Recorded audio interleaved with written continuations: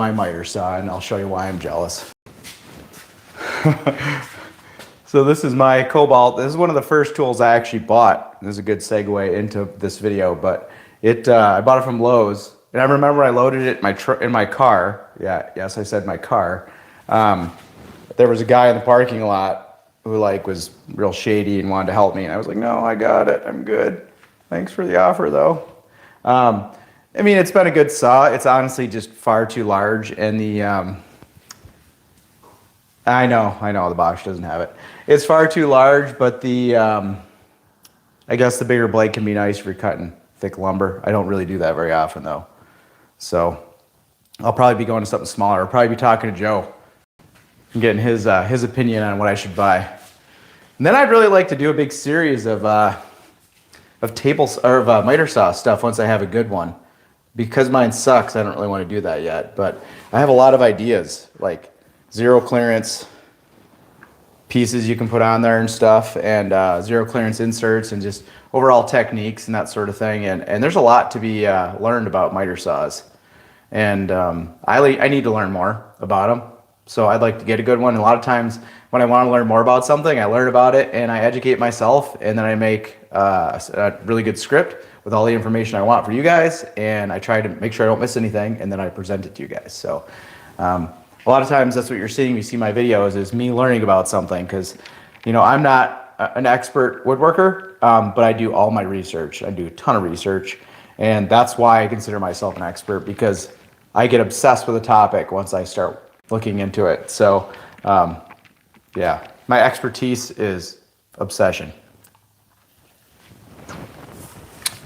So I'm gonna just wait one more minute and then I'll start talking. I have a few talking points, unless you guys have questions. I'd like to hear about what your favorite tools are, if you want to share that, and then maybe a little story about why. So if you're watching right now, please leave me a comment and tell me what your favorite tool is and tell me why. But yeah, and then if you guys stick around to the end of this, I will tell you what my favorite tool is. And if you guys have a guess on what that favorite tool is, feel free to guess. I feel like most of you guys can figure it out. If you guys have been watching my YouTube channels, you can probably figure it out. Let's see who the real fans are. How's your Saturday going so far? Do you guys have good weather wherever you are? It's beautiful here in Wisconsin today. It's been extremely hot lately, but it's cooling down a little bit, and it's very nice. I'm excited to get outside and cut the grass. Your CNC milling machine. Well, geez, that's impressive. Wish I had a CNC. Joe's favorite tool is his CNC. The first part popped off my screen already, but said his favorite tool is his CNC milling machine. Long mill CNC milling machine. Wow, that's a good one. All right, well, I'm going to start with my stuff. I see there's 6 of you guys watching now. Thank you for joining me this morning. I already had all my coffee, so I'm all jacked up and I don't need any more. So I'm going to start with a basic one. I can't tell you how many times, so in case you guys don't remember, this video is about my favorite tools, the ones I actually use. And I can't tell you how many times I come out here and I need to cut something little fast, and my car's parked in here, and I'm on the floor like a caveman and using this. A lot of times I'll just grab myself a handsaw. There's nothing fancy about this. It's mostly for dovetail type stuff or just fine intricate stuff, but I'll use it for a lot of things. Honestly, I cut a tree branch with this once. You can see the sap on it. I'm an idiot. I need a better saw.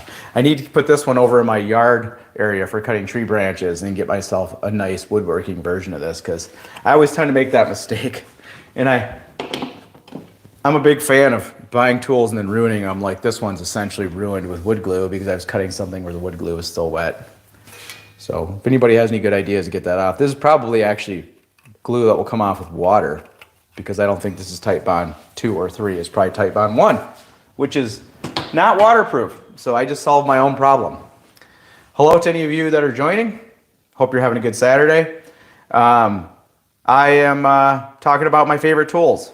First one I talked about was my hand saws, because they're just so convenient. You can just walk out here and use them. Don't need to set anything up. Your car can still be in the way. Typically, when my car's in here, the floor right there, almost Mike, is my workbench. So I'm not one of those YouTubers that has a fancy workshop. And I look at a lot of YouTube channels. I was just watching one the other day that I hadn't watched in a while. And I was shocked at how far along their wood shop had gone. It came from this person, I won't mention any names, but this person had a workshop that was essentially worse than mine. And every time you'd watch this person's videos, they'd be wearing like warm winter jackets and stuff, freezing. And then now they have like a $200,000 woodworking shop.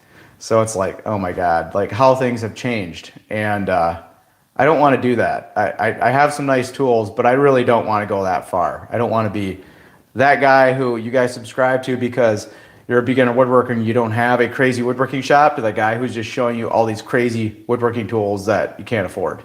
I don't want to be that guy. No, I do have some expensive tools, but I try not to go crazy. So even if maybe someday I do get myself a bigger shop, I'm going to try and stay humble. And maybe you guys can keep me in check if I don't. All right, so the next thing. Simple one again. My speed square. I don't know if you guys have one of these. Leave me a comment. Let me know if you do and if you like it or use it. This one's a really, really cheap one. Nothing fancy.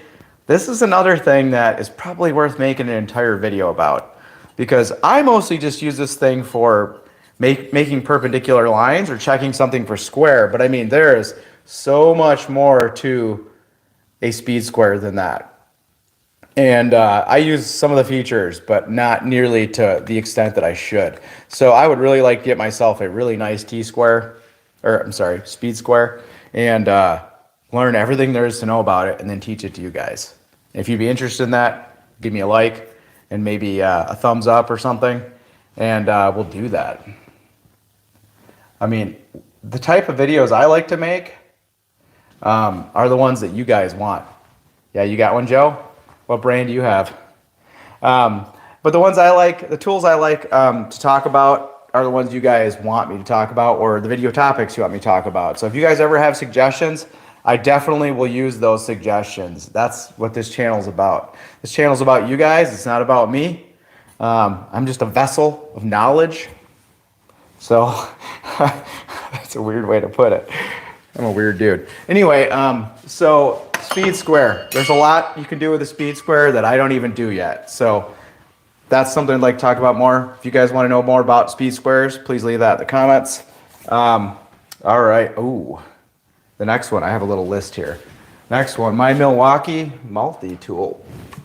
So, tell you a little story about my Milwaukee, if you haven't heard this story already. So, this, I believe was my first tool I bought. No, take that back. My Milwaukee Sawzall was my first Milwaukee tool. I live basically in Milwaukee, so I feel like I needed to. I had to engulf myself in the Milwaukee tool experience. So I bought this filthy, just like most stuff in my shop, which I'll talk about how dirty my air is in a minute. So when I bought my first Milwaukee tool, at first I was extremely excited about it. Josh has a question. Let me pause real quick. Got a question. I have a Cobalt table saw, but the fence sucks. What is a good cheaper, not the cheapest, table saw that has a good fence? Not the one you have to line up both sides. Not one where you have to line up both sides. Josh, if you guys have watched my YouTube channels, you know I love my DeWalt table saw, my DWE 7491 RS. You'll see it right back there in the corner. We're going to talk about that a little bit. So Josh, stick around because that one will be one of my favorite tools, but you got to stick around to see where it falls on that list. But I still believe, even to this day, that table saw, considering it's one I can fold up and put in the corner, is the best table saw for the money that you can collapse up and fold and put away. So that's a DWE 7491 RS table saw by DeWalt. Yeah, no problem. You're welcome, Josh. I usually I can put a link to that in the video description after this, but I also have affiliate links in a lot of my other videos. Actually, I have a 1-year review that has a questionable alter ego on there. I actually recommend that video. Let me know if you like the mullet maker. I don't know if any of you guys have ever watched that video. If you have, let me know what you thought of the mullet maker. I like to have fun on this channel. I don't like to just be too serious. So every now and then, like, even if you guys don't like something I do that's stupid, those ones are for me. Every now and then there is a video that's for me. I also did one with Inspector Ed when I finished my basement. I was so burned out. My DeWalt table saw is one of my top tools. Oh, Josh, great. Welcome. Subscribe and check out some of my other stuff. Well, I think you'd like the 1-year review that I did on my DeWalt table saw, so please look for that. It is pretty thorough, and I give you an honest opinion. I bought that saw with my own money, was not giving it. So, I mean, and not to mention, if you do decide you like that saw, you came to the right place, because I have so many videos about accessories for that saw that are fantastic. And I only promote accessories that I really like. And you'll see I have most of them on my saw every time I use it. So it's not like I just promoted them for affiliate links. So back to the Milwaukee stuff. So I bought a Sawzall, and overall it was a great tool. I used it when I built my basement, and just for mostly cutting off things that need to be cut off, 2x4 type things. But I had issues with the charger, and I'm going to talk about that real quick. So I got a new tripod. It's pretty. So the charger here, I had this issue where I'd put the battery on the charger and like it wouldn't pick up charging right away. And see, it just didn't do it just now. You have to kind of slam it home. My only issue, other than that, I kind of get that taste in my mouth about the Milwaukee tools. So I was a little hesitant to buy anything else right away.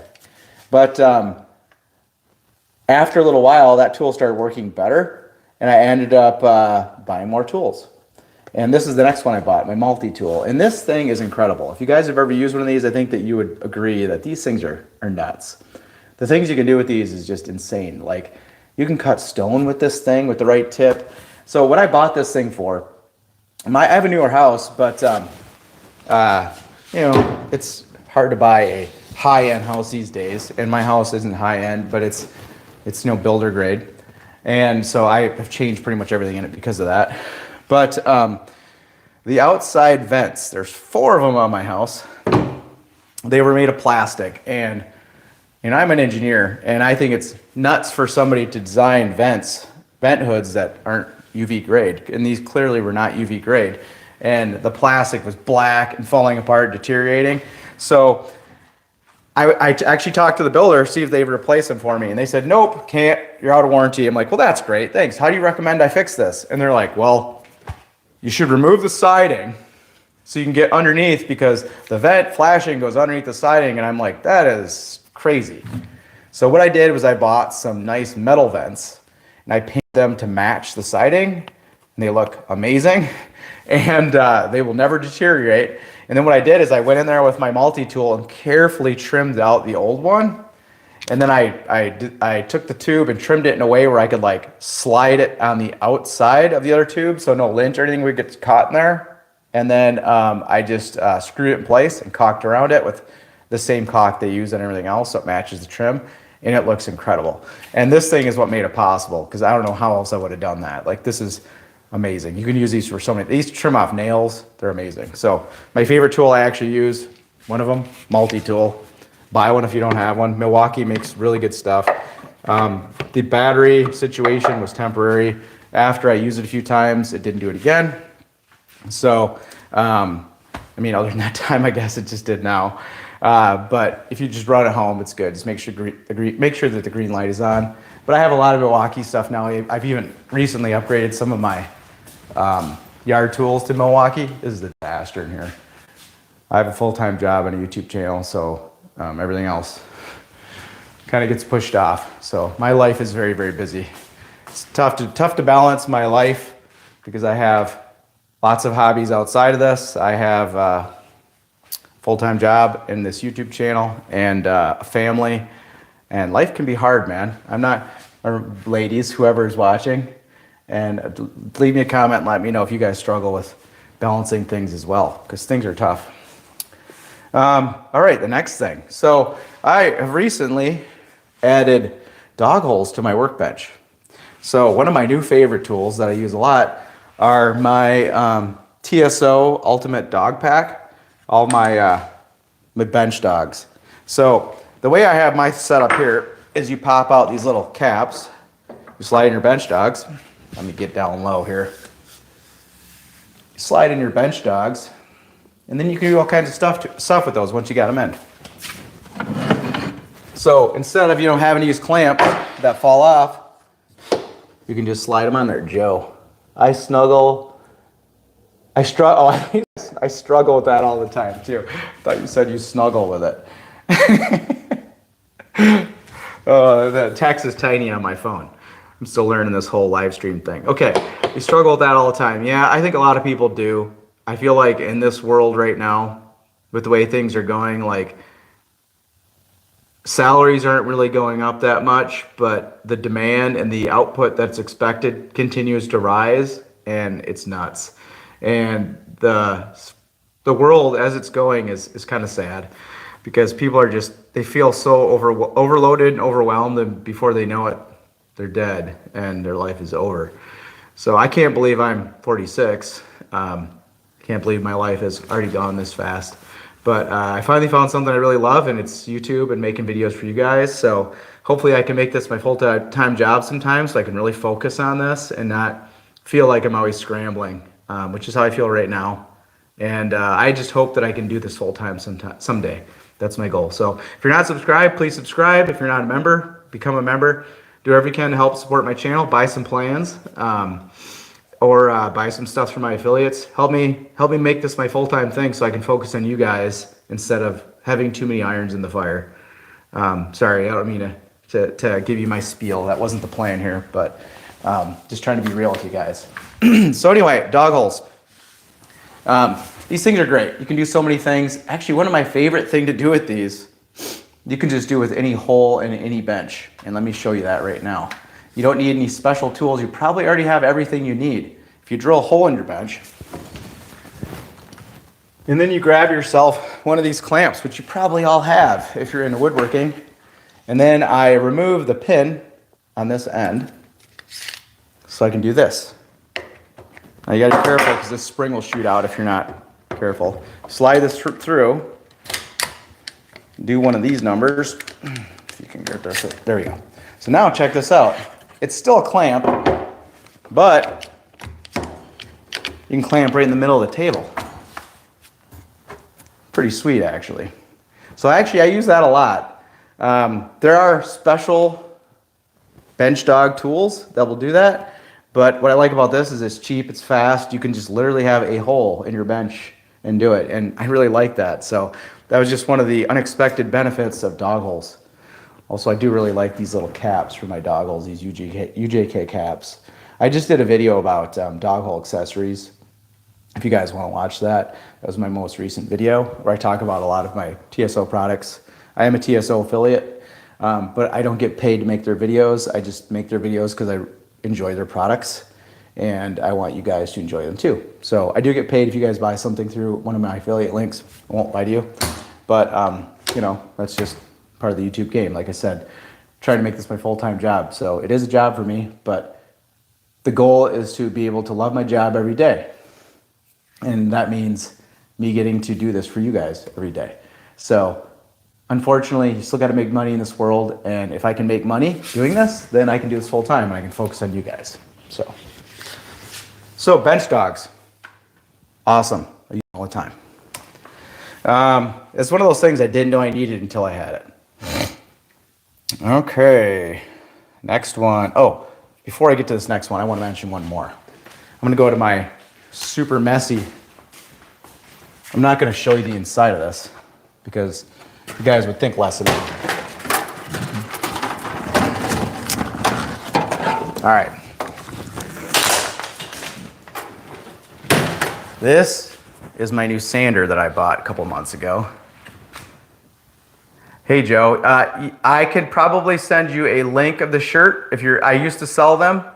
I quit selling them for a while, but I probably could send you a link if you want to buy one. I believe my store is still open. I just don't have links to it. So after this, I'll try and find a link and send it to you if you want to buy one. Yes, so if anybody's interested in one of these shirts.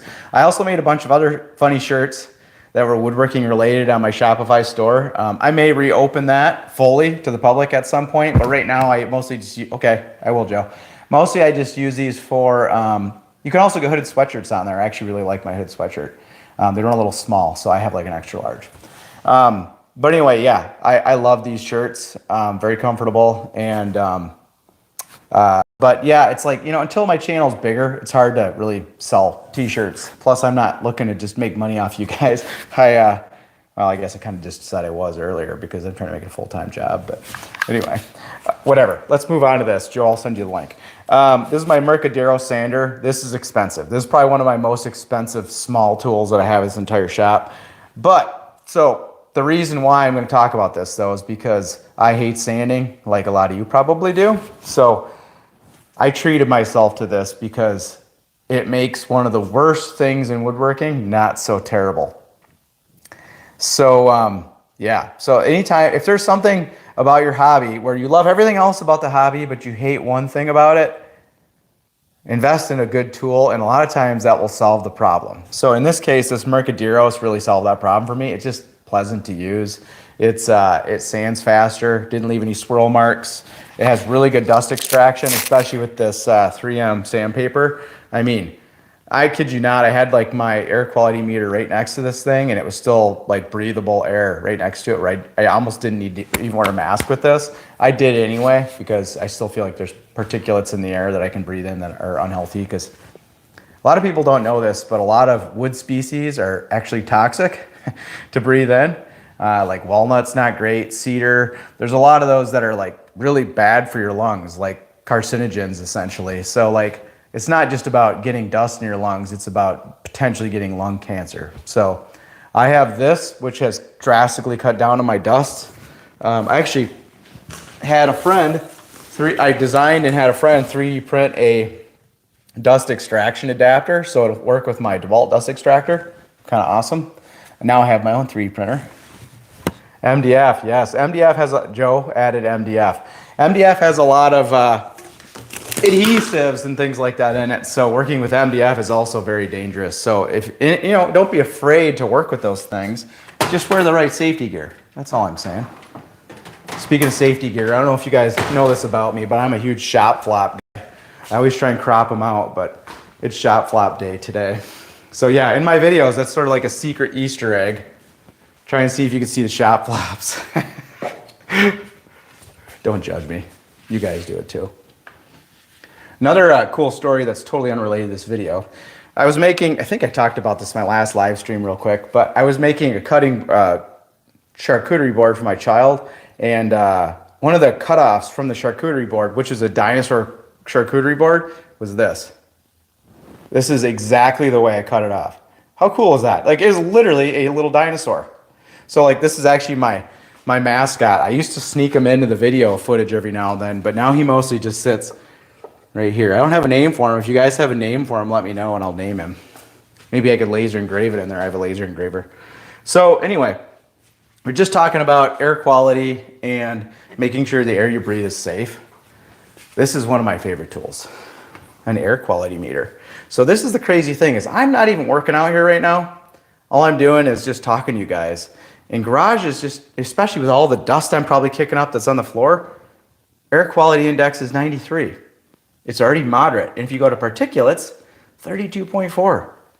Moderate particulate levels. I mean, I don't have, usually when I'm working out here, I have a Wen air purifier up there that's running, which I'm not going to show you the filter because it's absolutely filthy.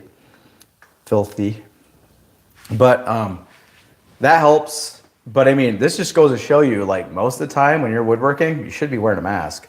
Honestly, like, and you go formaldehyde, like, it's still unhealthy levels of formaldehyde out here. So, and that's probably just from like all the solvents I have out here, you know, and gasoline and that sort of thing. But yeah, garages can be a pretty toxic place. So be safe when you're working out here. But like I said, don't be afraid. Just wear the right gear and try and be safe. Do whatever you can to make your environment as safe as possible. That's the most important thing, right? Safety first, and I do mean that. Just disregard the shop flops. Okay. This is a good one. My next favorite tool that I actually use a lot I'm gonna wheel it out so you guys can take a look, but my planer. I remember when I bought this thing. So when I bought this thing, if you guys saw the unboxing video, I used to just throw this thing up on my folding workbench like a crazy person. I used to just throw it up on my folding workbench. And I gotta figure out this. Oh, wait, I figured it out. Just give me a second. I'm gonna angle this down. Nope, there it is. Okay, so when I used to use this when I first got it, I used to just throw it up on my workbench. And this thing weighs like 90 pounds. So like, I don't have an awesome back to begin with. So like, I don't like to just pick this thing up and throw it on there. And I used to do it anyway. And it held up. My workbench right there, I used to throw it right on the edge. And I ended up wearing out one of my folding workbench clamps because I did it so often. And it was pretty hard on my workbench and hard on my back. So I decided that wasn't such a good idea. So my next best upgrade for this was the stand that it's on. A lot of people give me crap because I didn't build my own stand, but when somebody already makes a tool that you like and it's good and reasonably priced, I think it's fine to just buy it. So I bought this, rolling stand, really like it. It's got some locks on it. And then I added the extension tables. So this thing's already good as it was. But then I added those things and made it even better. So, oh, another really nice thing to add to this, if you have one of these. So these things have a really good like blower fan in them that removes the dust from inside of it already. So you don't need like an external dust extractor. They're not bad to have, but you don't really need it. This thing here, just a tube with a bag to collect the sawdust, works amazing. As long as you can keep the tube out of the way. So I usually kind of flap it over. Usually I zip tie it like off to this side. My next tool, the last thing I'll talk about will allow me to improve that. So if you guys stick around, I will show you that. So yeah, oh, and I've also added not a Helix, but a cheaper, helical cutting head in this, and it's actually pretty awesome. I made a video about that too if you guys want to see it. I know that the price has gone up a little bit. I think tariffs kind of hit it a little bit, but I think it's made in China. It was meant to be a cheaper replacement, but I've really liked it. I made my last project with this thing. I use this every time I make something really nice because I don't have a jointer or anything like that, so I have to mill all of my own rough sawn lumber. So if you look up here, most of this lumber that I have is rough sawn lumber. So anytime I want to grab a piece of maple or a piece of walnut or something, I got to mill it first. So I have to turn it into lumber. It's essentially one cut away from being a tree when I pull it off that shelf. And that's the way you want to keep it, frankly.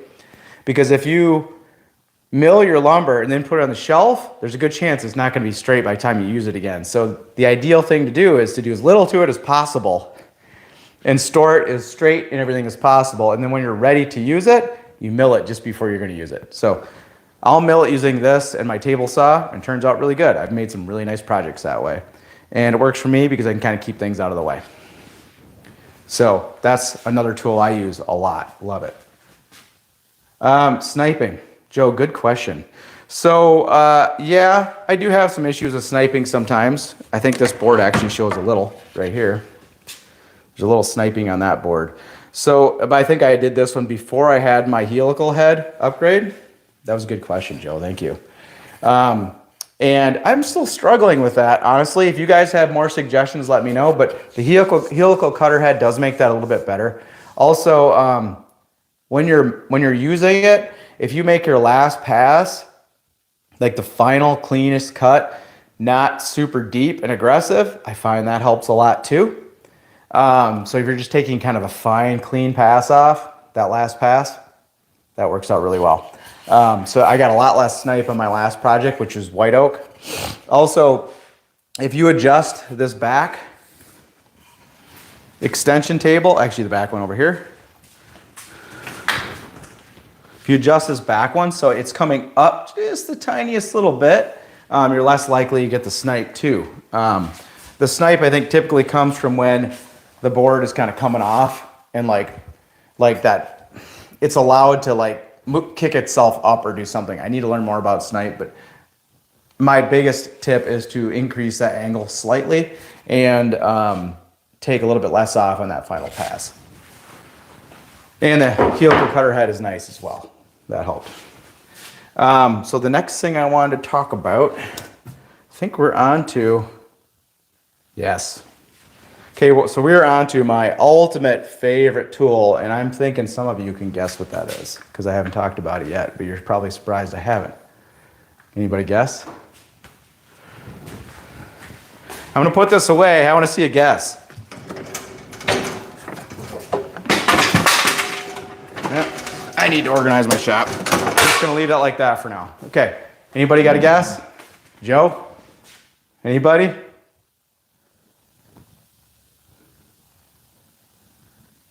All right, I'm going to show it to you. It's right back there. My table saw. Come on, nobody? All right, so I'm actually going to get out my table saw and show you exactly how I set it up every time I use it. I'm not going to hook my dust extractor to it because I'm not actually using it. Yeah, Joe, you probably guessed before I said it. This thing's probably got a little delay.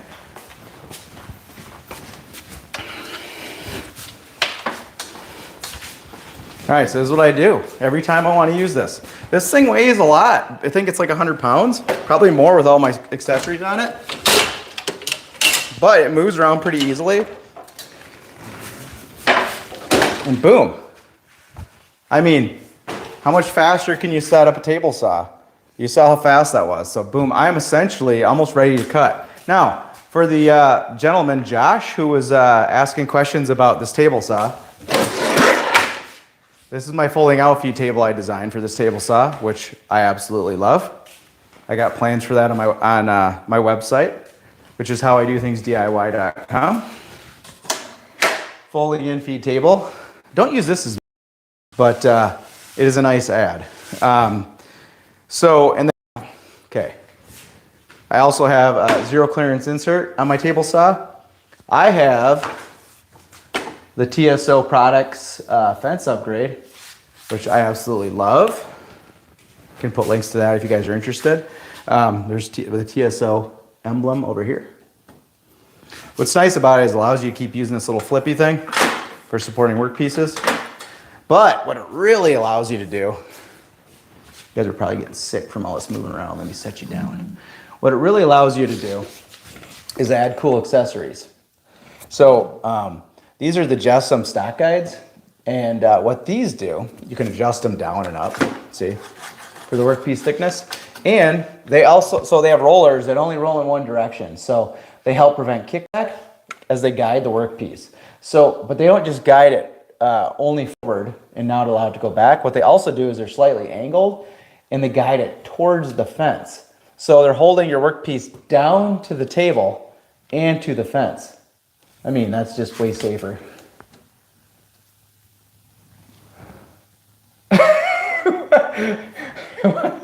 Josh said his son is pulling a stool around and trying to stand on it.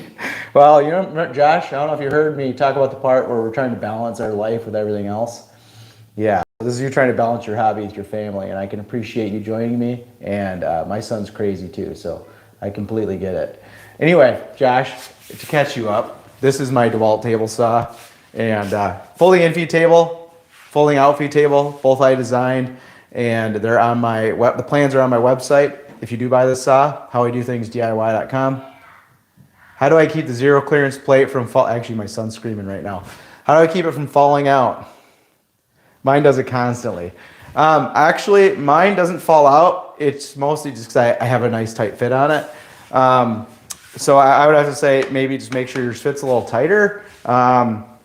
It doesn't have, oh, mine does have, I don't know if you did this when you made yours, but I made these little notches in the front. So the front holds in better. So I at least did that. And I did make a video on my zero clearance insert. Now this one's tough though, because with the riving knife, it gets so close to the edge that I cracked mine a few times. But I glued it. It's holding up really well right now. So I was shocked when I'm going to talk about the next tool that's going to help me with my zero clearance insert, improving that. So I use this for so much more than I ever thought. The first video where I bought this thing, I had no idea I was getting into something that I needed so much. And that video is pretty cheesy. It's actually one of my first videos. It starts with me pushing a box into the room. But I love my old cheesy videos because, you know, that's where I came from. And I hope someday I have 200,000 subscribers and I can look back at those videos and laugh. So anyway, I use this thing for so many things. And when you have this, you know, you think, oh, I can rip lumber now. That's amazing. That's great. But then if you watch some of my other videos, you realize, oh, crap. I can also build a crosscut sled and do all my crosscuts on it. So now I don't need to use this thing as much. Or I can use a box joint jig and make really sweet box joints. So, you know, I don't have to make those manually. Or you're like, I got a miter gauge and I can make all kinds of other cool stuff. Oh, thanks, Joe. You said my older videos are great too. I appreciate that. You know, there's some things I do like better about my older videos. I feel like they were a little more pure, and they were very unscripted back then, and I did miss things. But the good thing about it was you're getting a genuine version of me.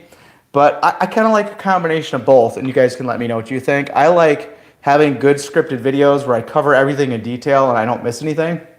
But I also am really starting to enjoy this, where I can give you guys the honest version of me so you guys can see what I'm really like, not just the scripted version of me. So I'm hoping maybe this will be a good balance to bring back some of that authenticity of my old videos while also giving you guys the best possible quality in my build videos and my tips and tricks tutorials. So this is kind of my way of trying to make sure you guys still get that personal connection with me, but also getting the best, highest quality stuff. So this is me trying to balance everything once again.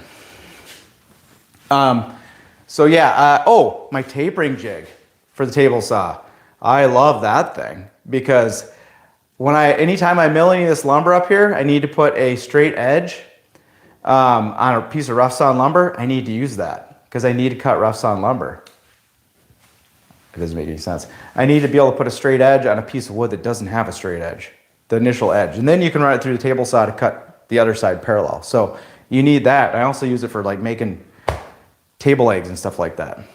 So all those things I can do with a table saw that I didn't know I could do. It's pretty amazing. There's way more. So if you don't have a table saw, Josh, highly recommend this one. It's a great saw. It looks like underneath all my stuff. It's really easy. I don't know if you saw the part where I folded it down or actually got it out and opened it all up. You can rewind and check that out. But it's super easy to set up. It's got good dust collection if you hook it up. The zero clearance insert helps with that. Now, moving on to the final thing. So this is my favorite. This is the thing you guys all came to see. You guys can leave now if you want. Don't leave because there's an honorable mention. Didn't know that, did you? So I recently bought a new tool that's not in this shop. And it was very expensive, but I really, really like it. I bought a 3D printer. So you might have already seen some of my things. My 3D printer, now that's not a woodworking tool, is it? No, it's not. But the things you can do with it are incredible. Like for example, little modular storage things that slide together with these little hexes. I downloaded this file and I printed them. And this holds all my dog hole accessories. And what I'm gonna do, I'm gonna mount that up underneath here. And what's really neat is when I realize I need another one for something, I'll just print a couple more, slide them in there. Pretty sweet, right? So that's one thing I use that for, but I'm actually going to make a video about all the things you can use it for in your workshop. Let me know if you guys are interested in seeing that. Table saw is kind of in the way. That's life with a small woodworking shop. But check some of this stuff out. So here's some other sizes of that exact same thing. So I can slide that guy in. There's a bunch of different sizes of that. This is a 90-degree sanding guide for my Mercaderos that I printed. Pretty awesome. That thing probably cost me like $1.50 to print. Bench dogs. Never would have thought of that. Pretty sweet, right? Here's another one right here in the bench. It's really solid, actually. Really nice. I got a lot of different sizes of those. This clamp is in my way. Speaking of clamps, this little guy, look at this. So this is an actual clamp. Here, look at this. I'm going to fold it down here. Look at this. Watch this. See that? All 3D printed. This thing is 3D printed in one piece, by the way. So my honorable mention for my new favorite, or not new, for my favorite tools that I actually use, my 3D printer. And I'll show you guys more about that in the video that I make this fully about the 3D printer. So anyway, that's it. Those are my favorite tools that I actually use. Please drop some of your favorite tools in the comments. If you're not subscribed, please subscribe to my channel. Hit like. I need all the help I can get to 100,000 subscribers and try and make this my full-time job. Joe, I'll try and send you a link to a t-shirt if you want to buy a t-shirt to support my channel. I guess that's it, guys. I have channel memberships if you guys want to become members. I think I have it set up so you guys can get like free plans if you become a member. And I'll just do whatever you guys want to become a member. I can add all sorts of different member benefits. It's still kind of a new thing for my channel. So, and that's all I got. Before I go, are there any other questions?